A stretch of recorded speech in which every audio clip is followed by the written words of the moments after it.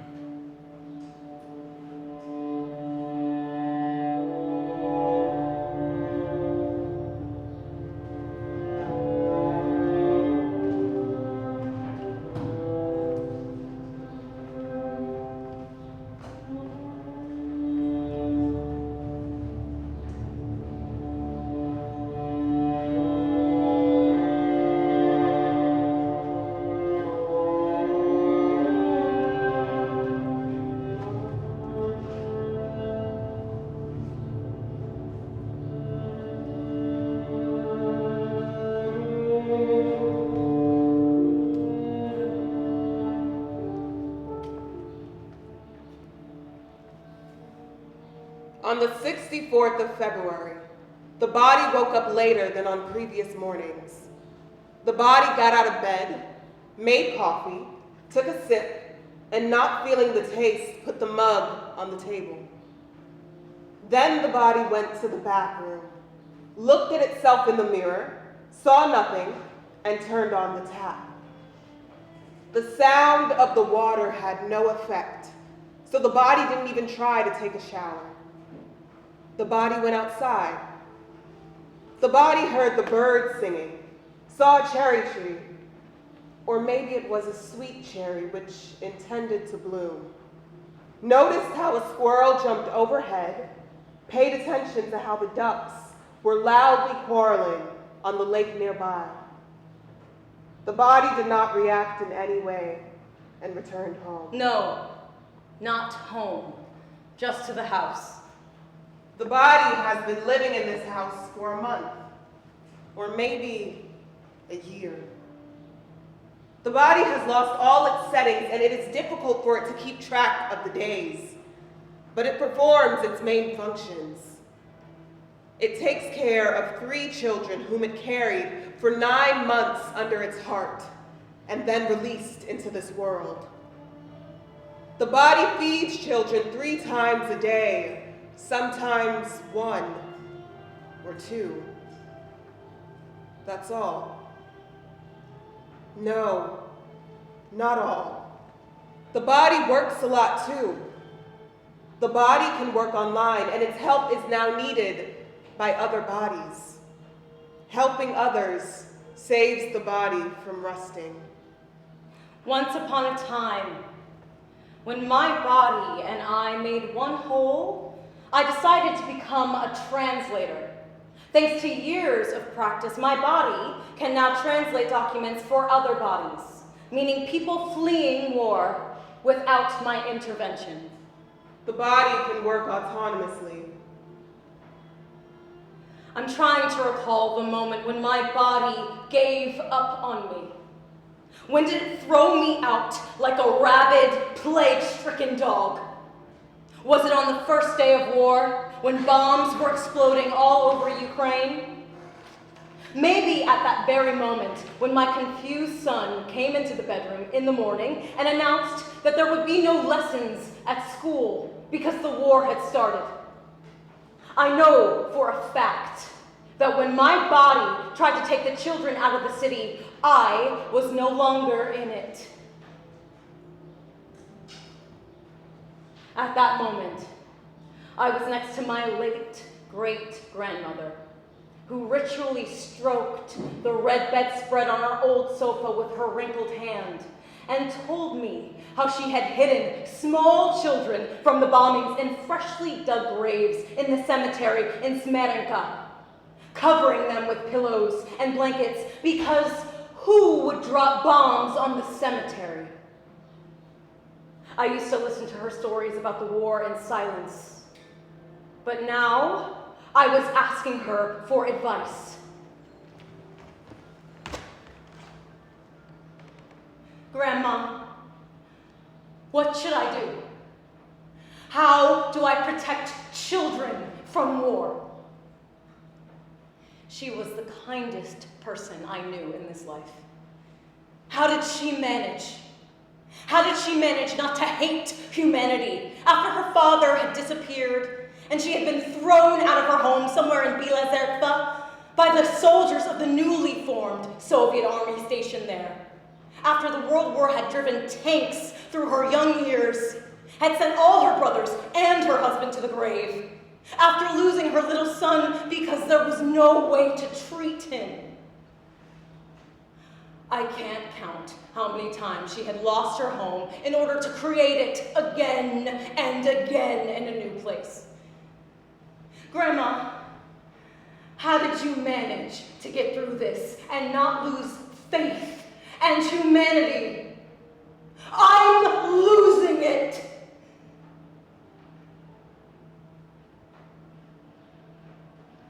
With each new page of this senseless war, the last drops of my faith are drying up. Kharkiv, Chernihiv, Kiev.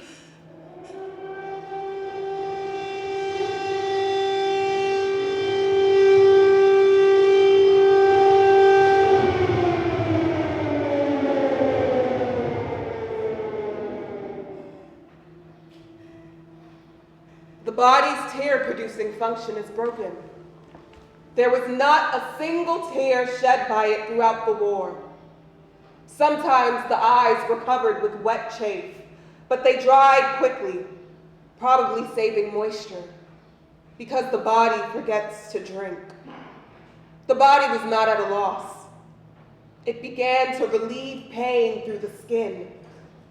With a pimpled face and neck, the body became more like a teenager, especially in the hoodie borrowed from the eldest son, because the body brought things only for children.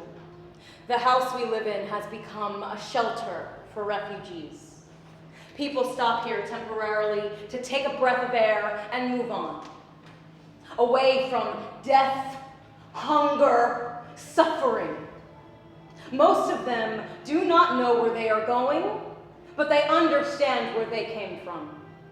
Behind them, there are destroyed houses, tortured relatives, the fear of death, and ahead, the unknown. With most of them, we wouldn't meet in peaceful life. We lived in different bubbles that never met in the flight of life. The war stuck red-hot needles into our big and small bubbles and brought us all to the ground with a thud. Some were lucky enough to fall on the haystack and remain unharmed. Some had their ribs crushed and were torn to pieces. All of us, like blind moles, will crawl on the earth in search of a warm human soul whom we can hug and feel alive.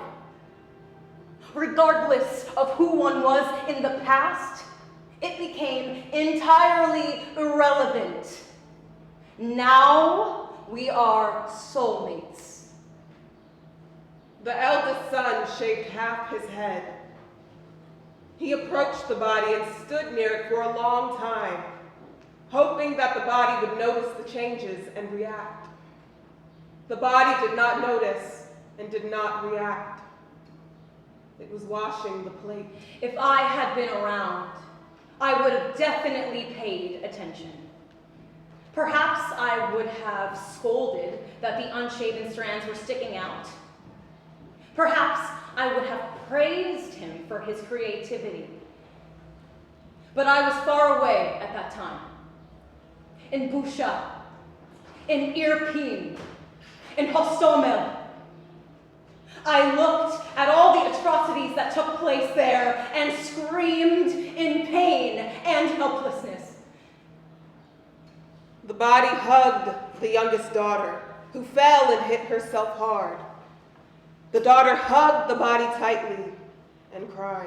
I listened to her sobs and thought of those children who would never be protected by such a soothing mother's body again.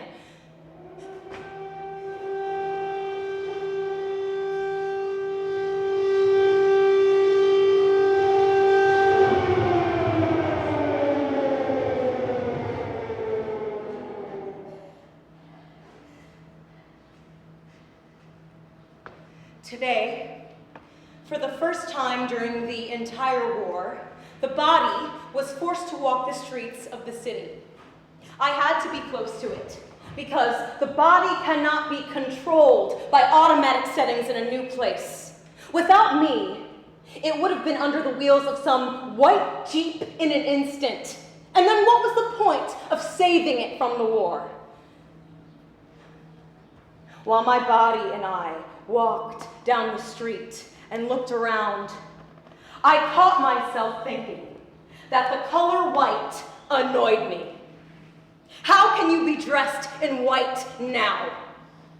The world should be mourning every day and not put on white coats or walk in white boots on the dusty roads while in Mariupol. There is no undamaged spot left on the torn body of the city. The trees are also beginning to bloom, and for some reason, with white flowers. They should be covered with red, withered flowers. And their trunks should be covered with crimson resin. But no! White coats, white flowers. Mom, can you laugh? Asks the youngest daughter. I can, answers the body. Show me how, insists the little one. The body tries to reproduce joyful laughter, but does not find the necessary function in its program. The body makes a sound. Honk, honk, honk. No, that's what geese say, not mothers. We are lucky that we were born far from the border with mortar. It's just a coincidence that allowed us to survive in the meat grinder of war, for which I feel guilty. They say it's normal to feel guilty about being a survivor. Survivor's guilt. Let it be. In front of me, there is a woman who miraculously escaped with her son from the hell in Chernihiv. My body treats her with lunch while I hug her tightly and listen intently. I am ready to listen to her as much as she wants to talk. It's 3 o'clock. For the 5th time, a reheated lunch is on the table in front of her. We did not believe until the last moment that they would come to kill us. Even when cannonades could be heard on the next street. We thought they would pass by our house and go on. We sat in the basement, without light, at a temperature of -5 for 3 weeks. We learned to distinguish the sounds of different rockets. There was almost no chance that we would manage to escape. At first, it was very scary, but then we became indifferent. It is impossible to be afraid all the time. Bombs were dropped from planes several times a day according to schedule. The rocket hit the neighbor's kitchen but did not explode. So it is still there. You see, this is a piece of rocket that fell nearby. It flew above my ear and stuck in the wall. I took it as a souvenir. I probably have a guardian angel. I feel sorry for my son. He stopped talking. I look at her boy, and I want to howl like a wolf. He is the same age as my son. How can he live with it now?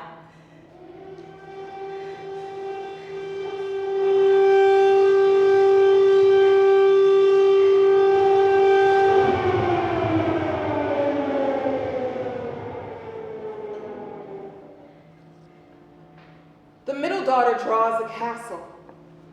Mom, do you like my drawing? Yeah, the body answers. Would you like to live in such a castle? Yeah. And how many rooms would you like to have? Yeah. And if our house is bombed, where will we live? Yeah. Can you hear me? Yeah. Mom's program froze again. The body silently hugs the daughter. This is all that the body is capable of. Kramatorsk, railway station, a toy horse covered in blood. God, why do you allow this? I'm falling apart.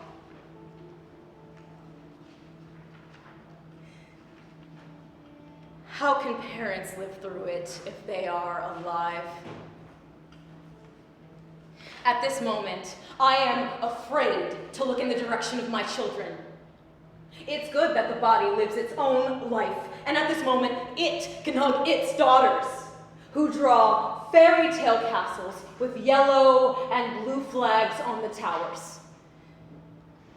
Today, the body has a lot of work to do. Another group of people arrived. They are tired and hungry. A huge man sits in front of me and cries like a child. It was not the war that made him cry, but an old woman who wanted to give him the last food. Because she was going to die anyway, and he still had to live to raise grandchildren. A former Afghan soldier, a war invalid, almost blind in one eye, was going to his daughter. He wanted to go to war, but he was not accepted. He says that orcs do not know how to fight and that their command officers are stupid. And I believe him. I want to believe him. The body listens to a concert in Stockholm. The orchestra performs Plive Kacha. On the screen, there is footage of Russian atrocities in Ukraine. Everyone cries and gives a standing ovation. Collective catharsis.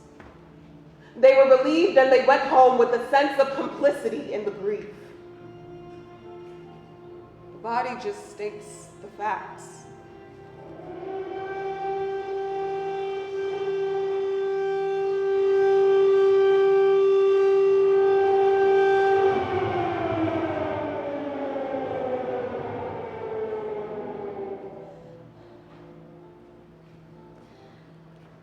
The world becomes black and white during the war. A simple dichotomy works. You are either alive or dead, either friend or foe, either human or not. The orcs of Mordor send trophy gifts to their wives and moms. Some Liuska from Muhasransk will wear the bloody panties of a raped Ukrainian woman. What can we do with it? I would prefer not to hate anyone. This feeling is not mine. It is alien to me. In my life before the war, I never hated anyone. I found excuses, even, for those who hurt me on purpose. Now, hatred drains all the blood, all the energy and love that I should give to my children, my husband, my parents, and my friends.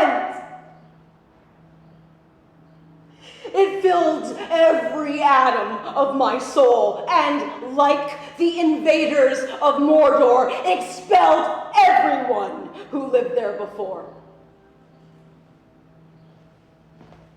Will it always be like this? Will I never be able to restore the integrity of my soul? Will this occupation with hatred continue until the end of my days, whenever that end comes? Today, it was warm, and the body went outside.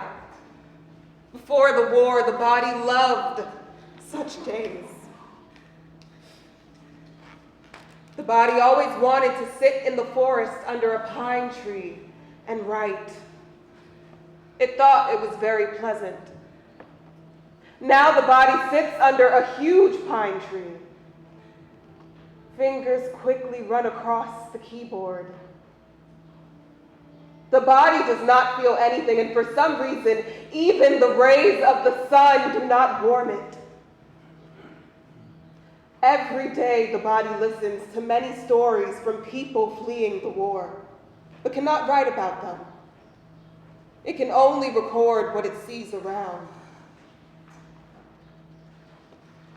I am connected to this world with one thread. Sometimes it thins and almost breaks off. Sometimes, on the contrary, it becomes so rough and strong that it makes me believe this planet still has a chance to be saved. This thread is complete strangers who reach out to you and pull you out of the abyss. It is not so important whether they let you into their home, bring homemade pies to your children, or just stand by when you howl because of helplessness and the impossibility of changing something. This thread stretches to me and from me, connects me with those who happen to be nearby by chance, but remain in life forever. Someday, I will tell my grandchildren about the war, as my great-grandmother told me. I will write about those stories that were told to me in the evenings by complete strangers who turned out to be so close. Now I can only write about what I feel at this moment. Everything else hurts too much and does not allow me to express myself in words. Also, I will definitely talk about St. Peter, who led us into his home, about St. Anna and Basil, who surrounded us with their care, and about many other saints who gave us light and did not allow us to fall into eternal darkness. And maybe, one day, when we return home, my body will allow my soul to return as well. And then we will hug the children together and try to find the lost laughter. My grandmother often laughed. So maybe I can too.